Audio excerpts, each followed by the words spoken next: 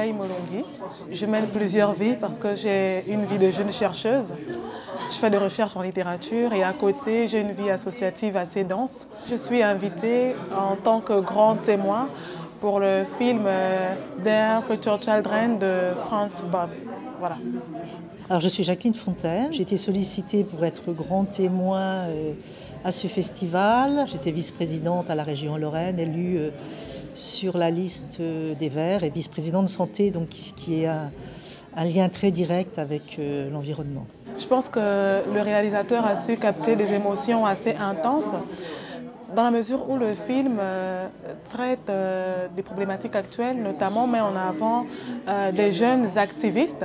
Pour le coup, il s'agit de 3 jeunes femmes de 3 continents différents. Et c'est là que c'est vraiment intéressant parce que ces 3 continents, c'est 3 causes différentes, mais c'est finalement la même énergie qui est déployée donc à travers le monde. Alors c'est intéressant parce que ce sont des personnes jeunes, et le réalisateur et les militantes. Puis c'est intéressant de relier ces 3 thématiques parce elles ont toutes pour objet la défense des personnes, que ce soit le climat, la justice ou la démocratie. C'est aussi un combat contre tous les prédateurs qui ont pillé la planète au détriment des plus pauvres.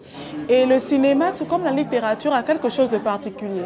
C'est qu'il n'est pas toujours question de viser les chiffres et peut-être les lettres, les informations officielles, mais il est davantage question d'aller aux côtés des humains, de toucher le quotidien, de toucher des réalités sociales.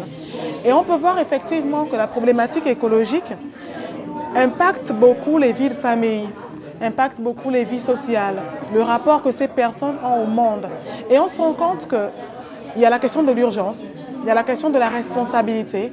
Et hier, moi-même, j'ai été émerveillée de voir que pour le film que j'ai animé, en tout cas pour le film pour lequel j'ai été grand témoin, il y avait beaucoup de jeunes.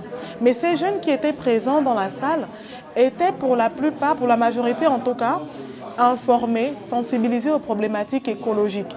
Donc on se rend compte que la question n'est pas tant de savoir aujourd'hui si on en parle ou pas, parce qu'on en parle. La preuve, c'est ce festival et les personnes qui viennent.